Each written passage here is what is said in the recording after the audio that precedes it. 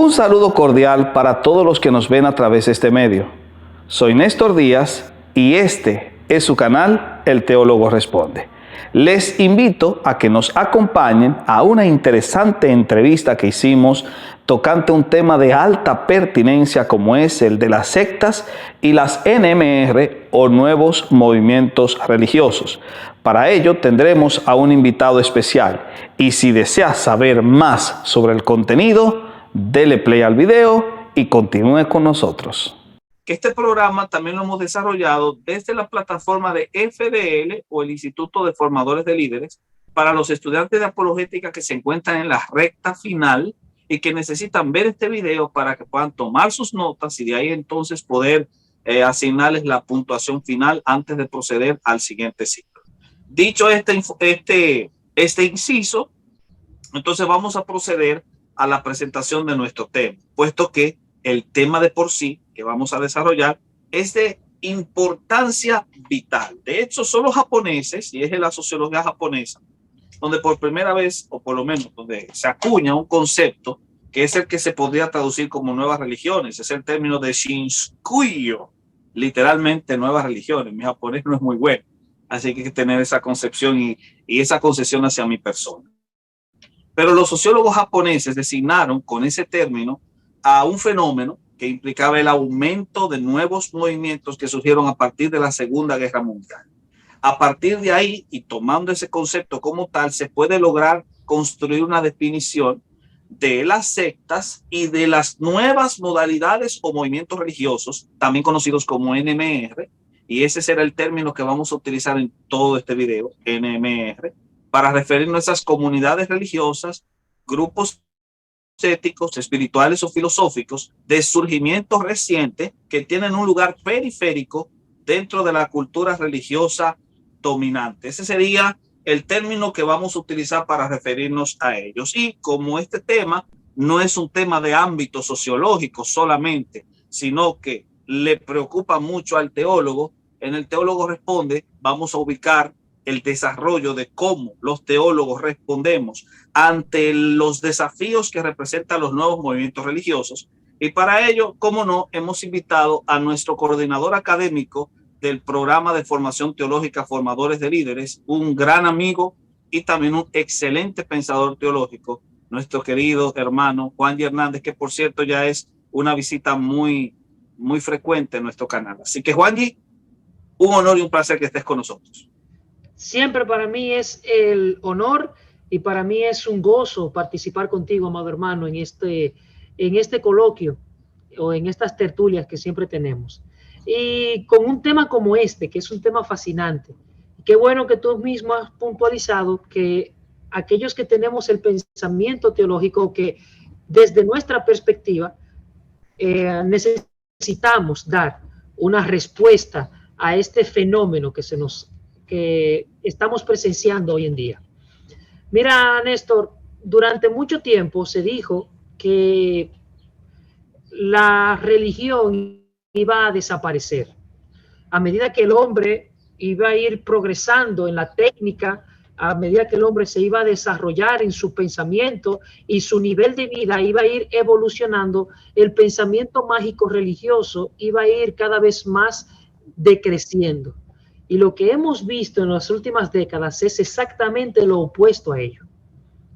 De hecho, lo que hemos visto es que a partir del incremento tecnológico hemos visto que han surgido nuevas religiones, nuevos afectos religiosos, y es que ya los mismos sociólogos habían acuñado un término: el hombre es religioso, o como lo diría ese gran sociólogo Emil Durkheim, es un homo religius, un ser religioso.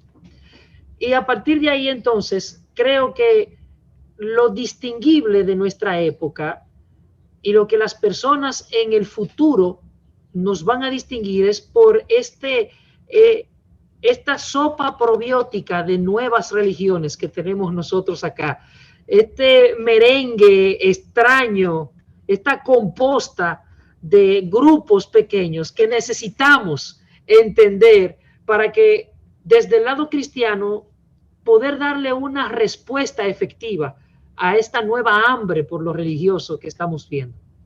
Dicho eso, entonces, tú puntualizaste muy bien. Estos grupos les hemos llamado nuevos movimientos religiosos para distinguirlos de las sectas, porque las sectas ya tienen un elemento, además de peyorativo, también tienen ya una delimitación muy marcada.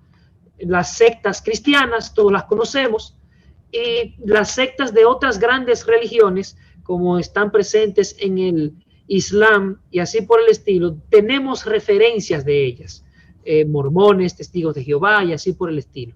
Y para tratar de distinguirlas, esas que tienen un acercamiento más marcado con esa religión base, a estos nuevos grupos les hemos llamado así, nuevos movimientos religiosos, porque tienen una temática muy diversa. Ahora, lo importante en todo esto es la problemática que tenemos cuando vamos a acercarnos a este grupo. Pues los expertos no logran ponerse de acuerdo en cómo realizar una estructuración básica para lograr caracterizar a los nuevos movimientos religiosos, debido, primero, a la cantidad y rápido surgimiento. Segundo, a la diversidad tanto en doctrinas, temáticas y sus orígenes.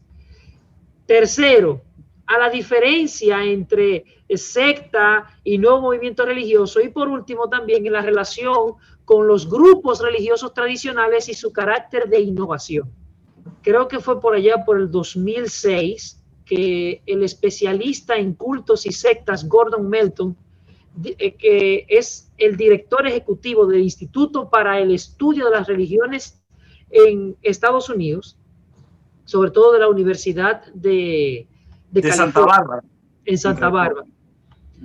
Él dijo al New York Times que cada año en los Estados Unidos surgen entre 40 y 45 nuevos movimientos religiosos y el número se quintuplica cuando tú lo aplicas a un ranking mundial. Y lo más sorprendente de los nuevos movimientos religiosos surgidos, sobre todo en las primeras décadas del siglo XXI, son las temáticas en torno al cual surgen.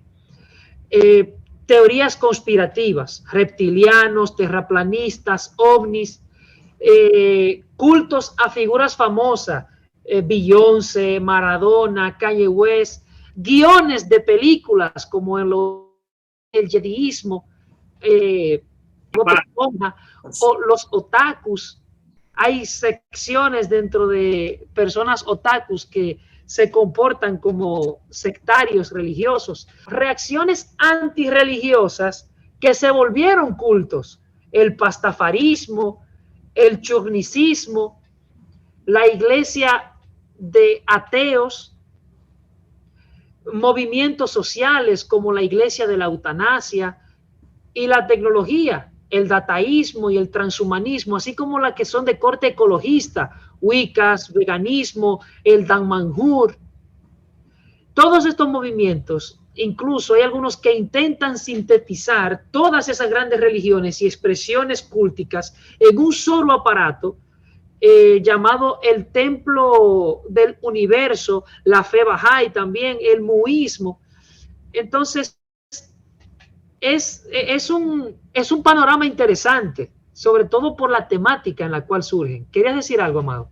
Sí, sí. Por ejemplo, tú estabas mencionando algo y de hecho respondiste dos preguntas que tenía pensado hacerte, como por ejemplo, cómo hacer una diferenciación entre una secta y un nuevo movimiento religioso, pero ya especificaste muy bien esa diferencia.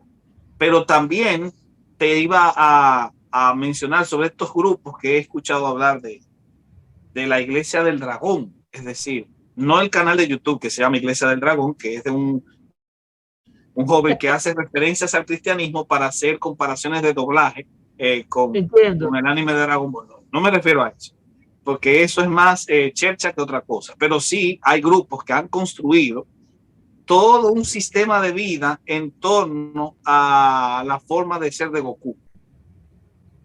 Eso se puede considerar una tendencia dentro de los nuevos movimientos religiosos. Sí, por supuesto, pero ya ahí sería de manera práctica. Yo tengo un amigo que él es admirador de Dwayne Johnson y él tiene una aplicación en su teléfono celular que le dice lo que Dwayne Johnson está comiendo ahora mismo, lo que el ejercicio que está ejerciendo, su dieta, su itinerario para ese día, la ropa que se está poniendo. Entonces él trata de emularlo en lo más que puede, pero emularlo en lo más que él puede. Entonces yo le dije a él, él es tu Dios, tú eres un feligrés de manera práctica de este individuo. Ok, entonces en ese caso se podría decir, y esto sería bueno insertarlo, que hay una relación muy intrínseca entre la praxis de vida de un individuo y no necesariamente a la construcción epistemológica del contenido de un nuevo movimiento religioso. Es decir, se podría decir que un nuevo movimiento religioso, una NMR, no sería solamente aquella que tiene una definición epistemológica y toda una liturgia construida al respecto, como veo que hacen con la iglesia de Beyoncé, sino que más bien se podría hablar de una relación intrínseca entre la vida individual de este sujeto, que no está identificado a un colectivo, pero que ha convertido a su modelo de vida en un ídolo a seguir. Bueno, para que se convierta en un nuevo movimiento religioso, tiene que tener estructura. Pero yo puedo ser idólatra de manera personal y de manera práctica, como lo está haciendo mi amigo que acabo de hacer referencia. Ok, entonces una pregunta que te quiero hacer. ¿Cuáles serían las características o los rasgos de la CNME? Bueno, distintivamente un liderazgo personalista y jerárquico, ya sea de un individuo o de una cúpula. Un individuo que tiene una nueva revelación, un nuevo estilo de vida, o una cúpula que ellos tienen la verdad secreta y así por el estilo. Otro sería una gran exposición y una localización continental o mundial, sobre todo a través de redes sociales. El fenómeno es que en su mayoría estos nuevos grupos no tienen templos físicos, sino que sus reuniones por lo general se hacen a través de blog, foros de chat. O sea que serían más invertebrados que en las sectas donde sí predomina un templocentrismo. Exactamente, el templocentrismo. Muy bien. ¿Y otro punto? ¿Qué otros rasgos? Están sus adeptos, por lo general, vienen de minorías sociales. Tienen un acercamiento generalmente filantrópico. Por lo general también no le gusta y rechazan el calificativo de movimiento religioso. Ellos prefieren estilo de vida, filosofía, nuevo pensamiento y así por el estilo. Hay un énfasis muy marcado en su novedad y en el no convencionalismo. No, nosotros no nos afiliamos. Esa idea de una iglesia física, no, nosotros no nos afiliamos a eso. Nosotros preferimos más naturalidad y así por el estilo. Y sobre todo hay un énfasis muy marcado en la tolerancia, la apertura y el relativismo. Son cosas que son la radiografía de un nuevo movimiento religioso.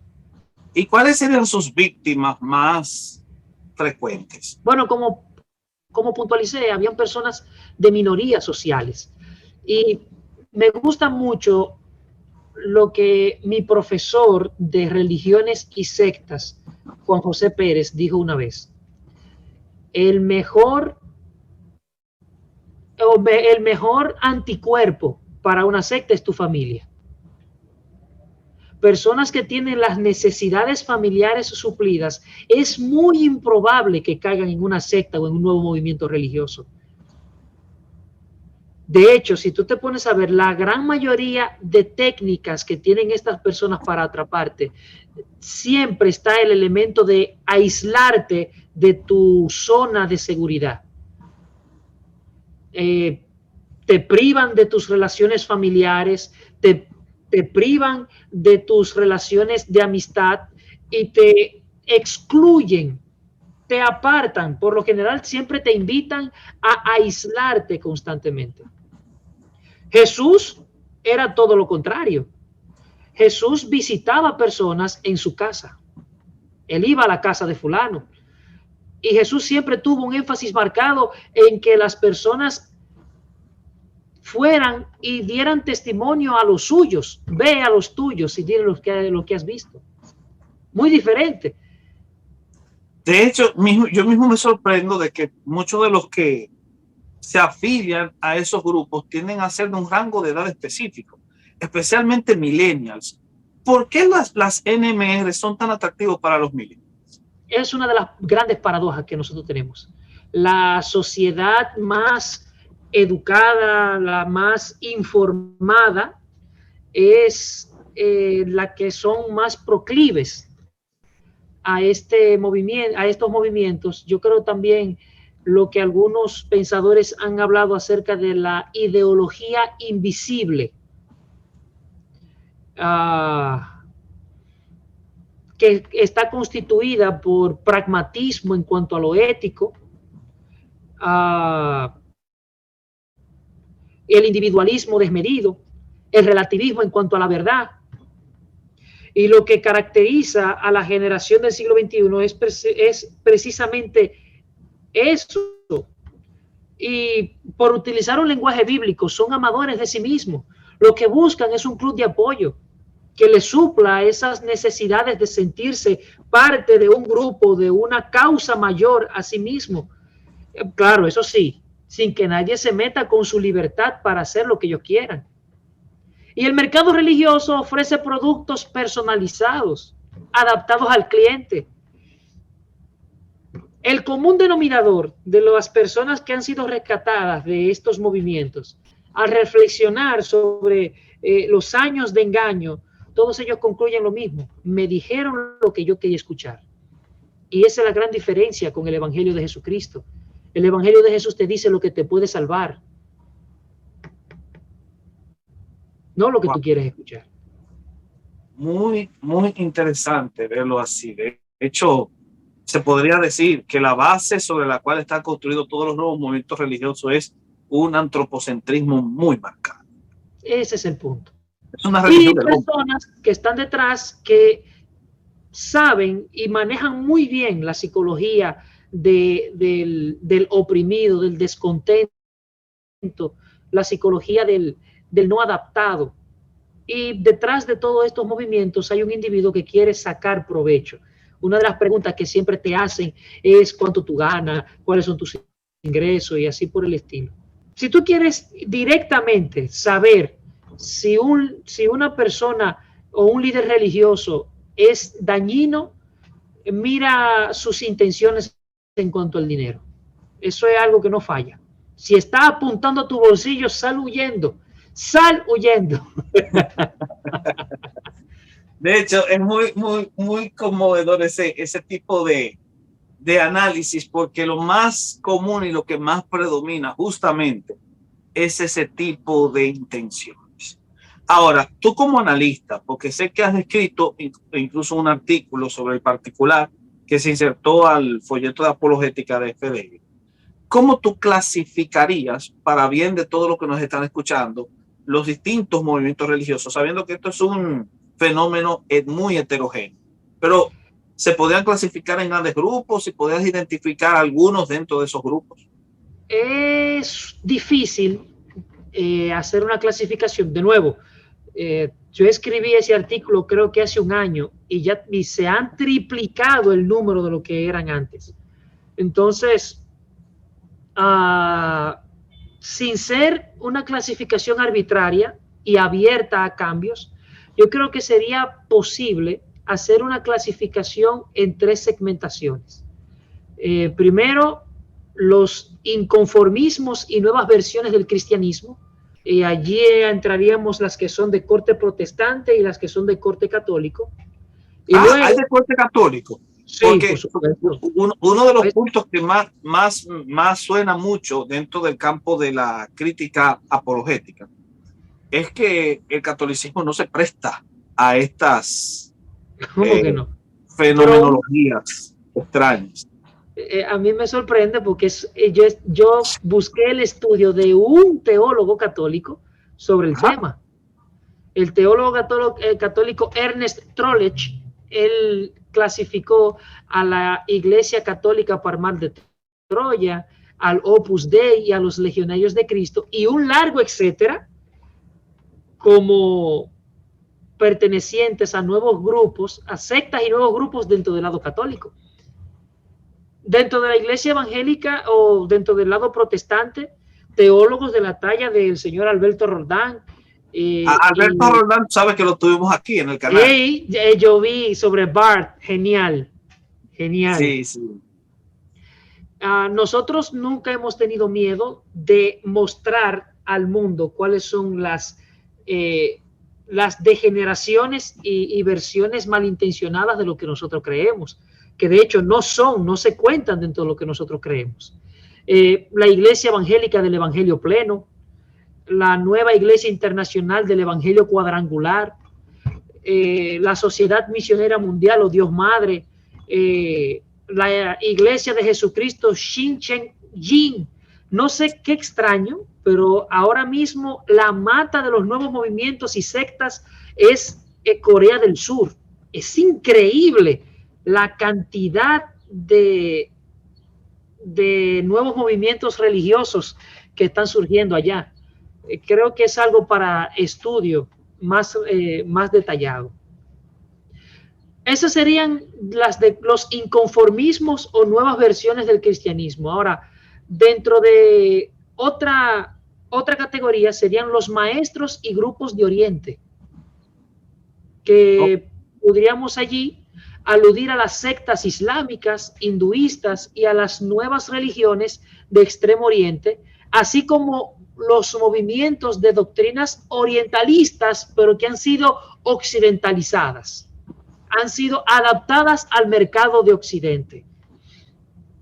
Shenkai Gakkai, la Omoto, la Kuisei y la Marikari son todos los Hare Krishnas también, que aunque son viejos, pero nunca salen de las minorías religiosas, y hay que mencionarlos. Y una última categoría, podríamos hablar acerca de los brotes de religiones de potencial humanístico. La Iglesia de la Cienciología, los Hermanos del Espacio, movimiento raeliano, el satanismo lavellano como el luciferista, y ¿por qué no? ¿Por qué no? También las religiones o nuevos movimientos que son de potencial humano, como el coaching, el nuevo pensamiento, la nueva espiritualidad, que a partir de tu entrar en contacto con esa dimensión humana, ahora mismo estamos viendo el fenómeno de algunos grupos que están haciendo rituales laborales. Dentro de las... hay toda una compañía que ofrece rituales a otras compañías. Sus servicios son crear dinámicas de grupo donde se hacen con un corte de profundidad trascendental, una meditación, se pasan papelitos, pero que en ese papelito yo te digo a ti lo mucho que te aprecio, y tratamos de crear una especie de vínculo. Claro, eso se había hecho antes, pero la novedad es que se le está dando elementos de trascendencia a esos rituales laborales. Tú puedes considerar que la religión del dato, el dataísmo, también sería un poco sobre el dataísmo. Explícame un poco sobre el dataísmo. El dataísmo es una tendencia. Primero comenzó como una filosofía, reduciendo todo lo que existe a información. Todo lo que existe es un dato. Entonces, a partir de ahí, se comienza a analizar toda la realidad a partir del dato. Tú eres un bit y así por el estilo. Tú eres un cúmulo de datos. Y entonces todo puede ser encasillado y reducido a el código binario y así por el estilo. Ahora, a partir de el 2000, 2001, luego de la explosión del el libro de Noah Harari sobre ese hombre, Homo Deus. Muchos grupos comenzaron a tomar esa idea de que iba a haber una especie de nuevo Mesías que venía a partir del dataísmo. Entonces convirtieron esa filosofía en una religión, y hoy en día en Silicon Valley hay una religión, hay una iglesia, la iglesia del dataísmo. Claro, no estoy diciendo que Noah Harari pertenece a ese grupo, pero sí, él fue la inspiración para que se convirtiera en una religión. O sea que, en otras palabras, para todos los que nos ven, mientras el naturalista reduce al ser humano a una célula, el dataísta los reduce a un megabyte o a un byte. Exactamente. Lo mismo hemos estado viendo con ciertos grupos transhumanistas, que aunque es una filosofía, también hay grupos dentro de ellos que se han convertido en una especie de secta religiosa, han creado todo un culto en torno a ese individuo que va a dar el salto evolutivo utilizando elementos tecnológicos y así por el estilo. Caramba. Lo que entonces implica que aquí ya tenemos un discurso escatológico en estos grupos, lo que obviamente les da una estructura religiosa. En una conversación que tú y yo tuvimos en un filo café, analizando el fenómeno del dataísmo, del transhumanismo, yo concluí diciendo que todas esas religiones o filosofías con base tecnológica no es más que la vieja estrategia de Babel, lo único que es que ahora con chips y cables. De hecho, en la descripción voy a dejar un acceso a ese link directamente, porque ese video al que hace referencia lo tenemos colgado en el canal. Última pregunta que te voy a hacer. ¿Qué respuesta cristiana nosotros podemos darle, tanto a incrédulos como a creyentes, respecto a este tema? Me gusta cómo tú estructuras la pregunta, tanto al incrédulo como al creyente. Bueno, al incrédulo que se ufana y que intenta utilizar este fenómeno para justificar su agnosticismo o su ateísmo, con frases como: si Dios existe, ¿por qué hay tantas religiones? ¿Acaso un Dios único no tendría una única forma de acercarse a él? O tú también eres ateo con respecto a las demás religiones. Yo solamente estoy un Dios por encima de ti. O la clásica de Nietzsche: el hombre creó a Dios a su imagen, conforme a su semejanza. Bueno, así rápidamente yo le contestaría que el hecho de que un problema tenga muchas respuestas incorrectas no implica que no haya una respuesta correcta. Para 2 más 2 hay una infinidad de respuestas incorrectas, pero solo hay una objetiva, verificable y coherente, así como correcta, que es 4. Entonces, por el hecho de que Dios es precisamente uno, Él ha dado un único camino de salvación. Las muchas religiones no son más que los esfuerzos del hombre tratando de llenar su vacío existencial. Yo estoy de acuerdo con la frase de Nietzsche. Con respecto a todas las religiones, no solo ellos simplemente me dan los deseos reprimidos de sus fundadores, excepto el cristianismo.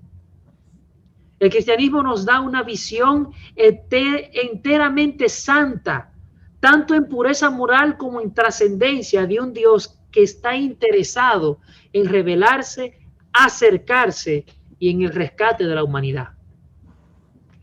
Además, el hecho religioso en el hombre, en los seres humanos, es una evidencia de su sentido de trascendencia, de que ese sentido de trascendencia en el ser humano es una necesidad que tiene que suplir. Si Dios no existe, entonces el hombre no tuviera la necesidad de la religiosidad. Así como si no existiera la luz, nosotros no tendríamos necesidad de la capacidad o la necesidad de tener visión. De nuevo, el hecho de que un problema tenga muchas respuestas incorrectas no implica que haya una respuesta correcta. Al creyente, me dijiste que era el incrédulo y al creyente. Se ha dicho que las sectas y los nuevos movimientos religiosos son las facturas impagadas de la iglesia. Ahora, el apóstol Pablo nos instruye de manera siguiente en 2 de Timoteo capítulo 3, versículo 1 y 2. Él dice, tú debes saber esto, que en los postreros días vendrán tiempos peligrosos, porque habrán hombres amadores de sí mismos. La palabra que aparece ahí como tiempos peligrosos es exactamente la misma palabra utilizada en Lucas capítulo 8 para describir al endemoniado gadareno. Por lo cual, una mejor traducción sería algo así como: en los postreros días vendrán tiempos endemoniados o salvajes. ¿Por qué digo esto? Bueno, para que las palabras del teólogo anglicano Stanford Wright tengan mayor fuerza. Él escribió lo siguiente: la esencia del engaño está en decir un 90% de verdad y un 10% de mentira. Si yo fuera un demonio encargado de engañar a las personas sinceras, yo emplearía la táctica que en muchas ocasiones se empleó durante la Segunda Guerra Mundial y se sigue empleando hoy en día. Diciendo muchas verdades, lograría hacer creer errores vitales. Así, propagaría buenas noticias y fomentaría la filantropía, pero me callaría los pilares sobre los cuales descansa la fe cristiana: la divinidad y el sacrificio expiatorio de nuestro Señor Jesucristo y la salvación por fe en Él. Vuelvo y repito, los nuevos movimientos religiosos y las sectas no son más que las facturas impagadas de la iglesia.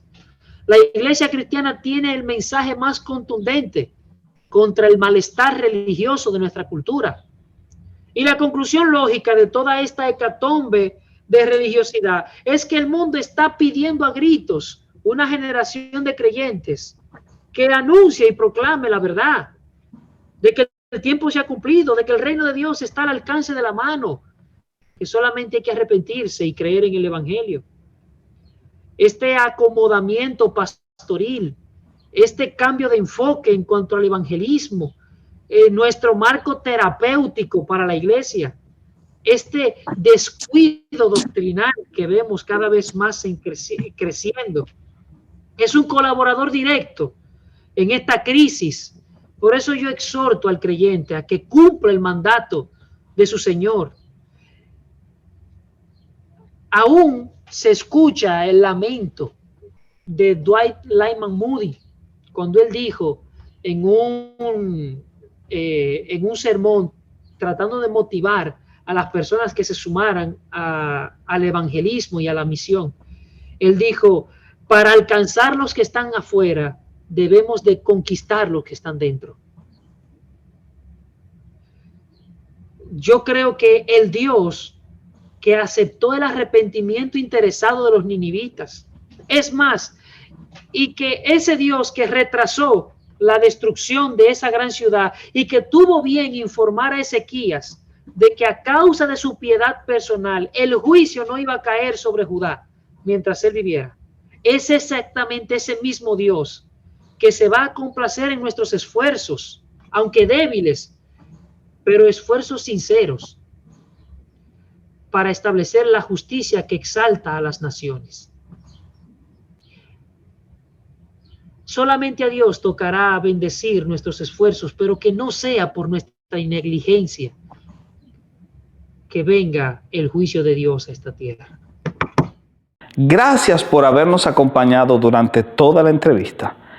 Que el mensaje que se desarrolló en la misma sirva de motivación y de conocimiento mayor para todos ustedes. Recuerden seguirse suscribiendo a nuestro canal motivando a que otros lo hagan, dando a la campanita para que puedan recibir más información interesante como esa.